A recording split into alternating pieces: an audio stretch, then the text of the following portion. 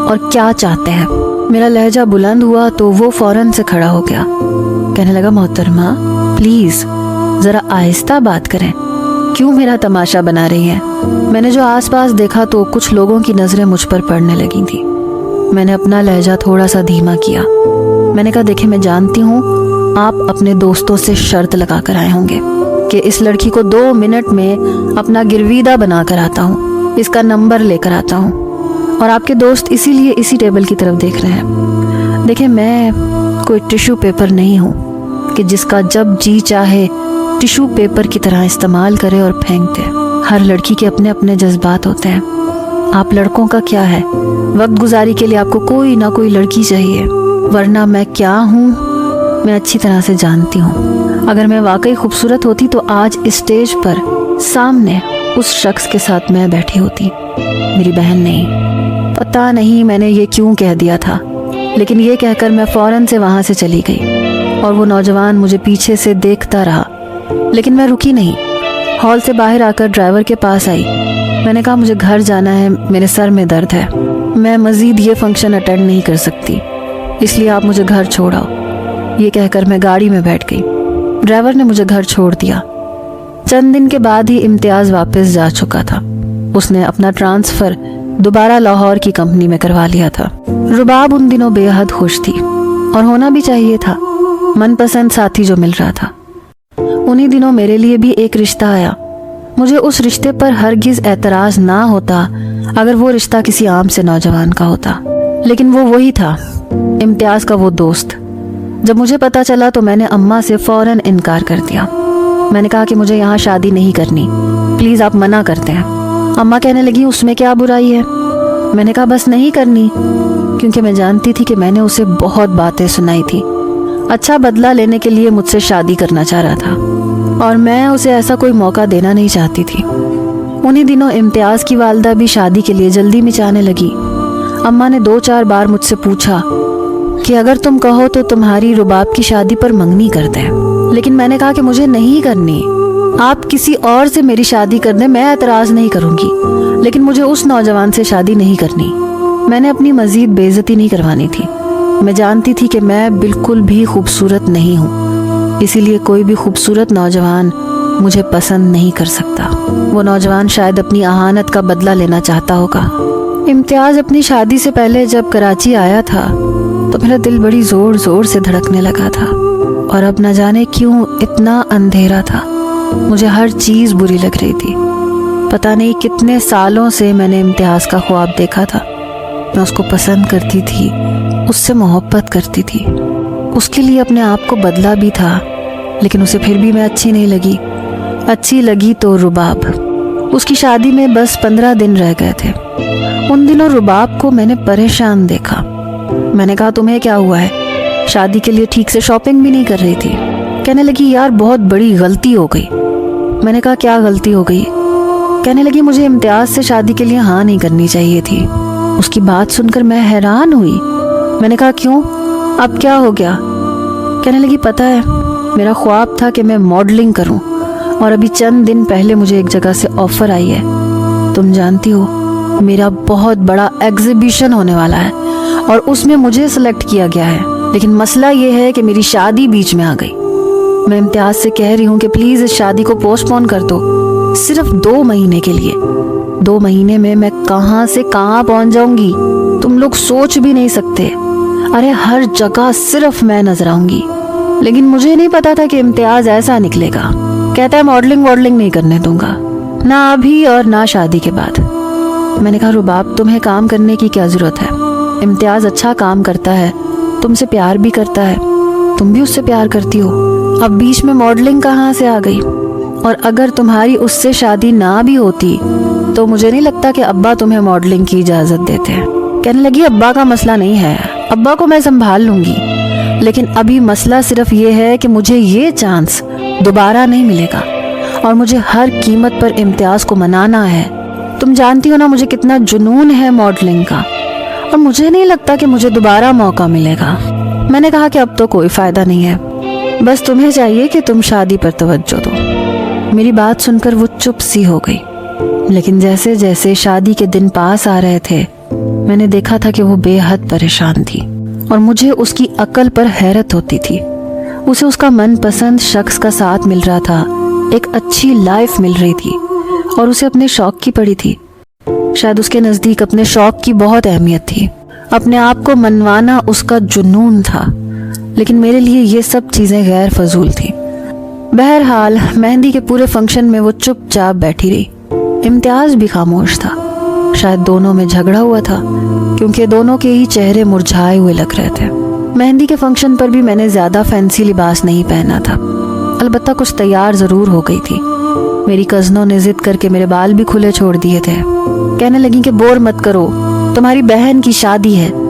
بہرحال تمام رسموں کو پورا کرنے کے بعد جب کھانا کھا رہے تھے تو میں اپنی ٹیبل پر کھانا رکھ کر بیٹھ گئی۔ کچھ دیر بعد وہی نوجوان آ کر میرے سامنے بیٹھ گیا۔ اس بار بڑے غصے میں تھا۔ اسے دیکھ کر میں نے اپنی نظریں بدل لی۔ کہنے لگا انکار کی وجہ جان سکتا ہوں؟ میں نے کہا میں نے اپنا حق استعمال کیا ہے۔ کہنے لگا لیکن میں بھی جاننے کا حقدار ہوں، مجھے پتا تو چلے کہ مجھے انکار کس بات پر کیا گیا ہے۔ کیا میری شکل اچھی نہیں ہے یا میں آپ کو خوش نہیں رکھ سکتا؟ میری بہت اچھی جاب ہے، میں امتیاز سے زیادہ نہیں کماتا تو کم بھی نہیں کماتا، لیکن مجھے یہ اس طرح کا بلا وجہ کا انکار برداشت نہیں ہو رہا۔ یا تو مجھے کوئی ایسا تسلی بخش جواب دے دیں کہ مجھے بھی لگے کہ ہاں میں ریجیکٹ کے قابل تھا۔ بظاہر اس میں کوئی بھی ایسا نقص نہیں تھا، لیکن بس شاید دل پر اپنا اختیار نہیں ہوتا۔ میں نے کھانا کھاتے ہوئے کہا بس میرا دل نہیں مانا۔ کہنے لگا بس یہی وجہ تھی؟ میں نے کہا یہ بہت بڑی وجہ ہے، سارا تعلق دل کا ہی تو ہوتا ہے، اگر دل ہی نہ مانے تو انسان کیا کر سکتا ہے۔ میری بات سن کر وہ فوراً وہاں سے چلا گیا۔ اگلے روز بارات میں میں نے گلابی رنگ کی میکسی پہنی تھی اور اس بار کافی فینسی تھی۔ اماں نے زبردستی پارلر سے بھی تیار کروا دیا تھا کہ دلہن کی بہن ہو، البتہ میں نے اپنی نظر کا چشمہ نہیں اتارا تھا۔ میں اپنی سچائی کے ساتھ سب کے سامنے آنا چاہتی تھی، بری لگ رہی تھی یا اچھی میں نہیں جانتی۔ اس بار شادی کا فنکشن ابا نے گھر پر ہی رکھا تھا، کیونکہ ہمارے گھر کا وسیع و عریض لان تھا۔ ابا نے وہیں ارینجمنٹ کروایا تھا۔ دلہن بنانے کے لیے بھی رباب کو گھر میں ہی پارلر والی آئی تھی۔ دلہن بن کر وہ بہت خوبصورت لگ رہی تھی، لیکن چہرے پر مسکراہٹ نہیں تھی۔ جب میں اس کے کمرے میں گئی تو وہ اکیلے ہی کمرے میں کسی سے فون پر بات کر رہی تھی، کہہ رہی تھی کہ پلیز آپ میری مجبوری کو سمجھیں، مجھے بس 1 ہفتے کا وقت دیں، میں اپنے شوہر کو راضی کر لوں گی، لیکن میں نہیں چاہتی کہ میں یہ چانس کھو دوں۔ لیکن سامنے والا شاید انکار کر رہا تھا۔ کہنے لگی یہ کیا بات ہوئی؟ ماڈلنگ کا شوق ہونے یا نہ ہونے سے کیا تعلق ہے اس کا؟ شادی کے بعد مجھے کون سے پر لگ جائیں گے جو میں ماڈلنگ نہیں کر سکتی؟ یہ تو کوئی وجہ نہ ہوئی۔ کہنے لگی اچھا ٹھیک ہے، میں کچھ سوچتی ہوں۔ یہ کہہ کر اس نے فون بند کر دیا۔ میں نے کہا کس کا فون تھا؟ کہنے لگی کسی کا نہیں، میرا تو کوئی اپنا ہے ہی نہیں جو میرا ساتھ دے، اوپر سے یہ کمبخت ڈائریکٹر ہیں کہ ماننے کو تیار نہیں۔ کہہ رہا ہے کہ شادی شدہ لڑکیوں کی ماڈلنگ نہیں کروائے گا، یا تو شادی کر لو یا پھر ماڈلنگ کر لو۔ کیا کروں میں اور کیا نہ کروں؟ میں نے کہا کیا مطلب کیا نہ کروں؟ رباب تمہارے پاس آپشن تھوڑی ہے، تمہاری شادی کچھ گھنٹے میں ہونے والی ہے، دفع کرو اس ماڈلنگ کو۔ وہ کہنے لگی تم جیسی ڈفر نا کبھی کامیاب نہیں ہو سکتی، تمہیں اندازہ بھی ہے ماڈلنگ کی آفر ہر ایک کو نہیں ہوتی۔ پتہ نہیں امتیاز میرا ساتھ کیوں نہیں دے رہا۔ میں نے رباب کی عقل پر افسوس ہی کیا تھا اور کمرے سے باہر آ گئی۔ میرے نزدیک وہ بے وقوف تھی جو اپنی ایک خوبصورت زندگی کو چھوڑ کر شوق کے پیچھے بھاگ رہی تھی۔ اب کچھ ہو تو نہیں سکتا تھا، شادی ہو جاتی، ڈائریکٹر اسے منع کر دیتا، 4 دن روتی دھوتی اور پھر ٹھیک ہو جاتی، لیکن ایسا نہیں ہوا۔ رباب نے جو کیا وہ کوئی سوچ بھی نہیں سکتا تھا۔ نکاح کے وقت جب میں نکاح خواں اور کچھ گواہوں کے ساتھ رباب کے کمرے میں گئی تو ہم سب کے ہوش اڑ گئے۔ اس کا عروسی لباس بیڈ پر پڑا تھا اور ساتھ میں ایک خط تھا جس پر لکھا تھا امتیاز کے نام، اور اس میں لکھا تھا کہ پلیز میری مجبوری کو سمجھنا، یہ موقع مجھے دوبارہ نہیں مل سکتا اور میں یہ موقع گنوانا نہیں چاہتی، اس لیے میرا انتظار کرنا، میں 2 مہینے بعد لوٹ آؤں گی اور ہم پھر اپنی نئی زندگی کی شروعات کریں گے۔ یہ خط پڑھ کر میری ماں تو رونے لگی اور میں ہکا بکا کھڑی تھی۔ میں سوچ بھی نہیں سکتی تھی کہ رباب اتنا بڑا قدم بھی اٹھا سکتی ہے۔ ابا کی تو شرمندگی سے بری حالت۔ ابا وہیں بیٹھ گئے۔ اماں کی رونے دھونے کی آوازیں سن کر خالہ اور امتیاز بھی اندر آ گئے، کیونکہ نکاح خواں بھی باہر جا چکا تھا۔ شاید اسی نے باہر جا کر یہ کہا تھا کہ دلہن بھاگ چکی ہے۔ امتیاز نے جب وہ خط اماں سے لے کر پڑھا تو غصے سے اس کا چہرہ سرخ ہو گیا۔ اس نے وہ خط کئی ٹکڑوں میں پھاڑ کر پھینک دیا۔ میرے والد اس کے سامنے ہاتھ جوڑنے لگے، کہنے لگے میں بہت شرمندہ ہوں تم سے، مجھے نہیں پتا تھا کہ وہ یہ سب کر بیٹھے گی۔ کہنے لگا خالو اس میں آپ کا کوئی قصور نہیں ہے، آپ معافی نہ مانگیں۔ پھر کہنے لگا کہ جب اسے اپنی خواہشات کے سامنے اپنے ماں باپ کی عزت کی پرواہ نہیں، نہ میری عزت کی کوئی فکر ہے، تو پھر میں کیوں اس کی خاطر قربانی دینے لگا۔ وہ میرے پاس آیا، کہنے لگا صبا مجھ سے شادی کرو گی؟ میں حیران پریشان اسے دیکھ رہی تھی۔ میرے والدین یہ سن کر فوراً سے کھڑے ہو گئے، اسے دیکھے جا رہے تھے۔ کہنے لگا کچھ پوچھ رہا ہوں تم سے، اپنے ماں باپ کی عزت رکھ سکتی ہو؟ کرو گی مجھ سے شادی؟ اور میں یہ سوچ رہی تھی کہ مجھے کیا کرنا چاہیے۔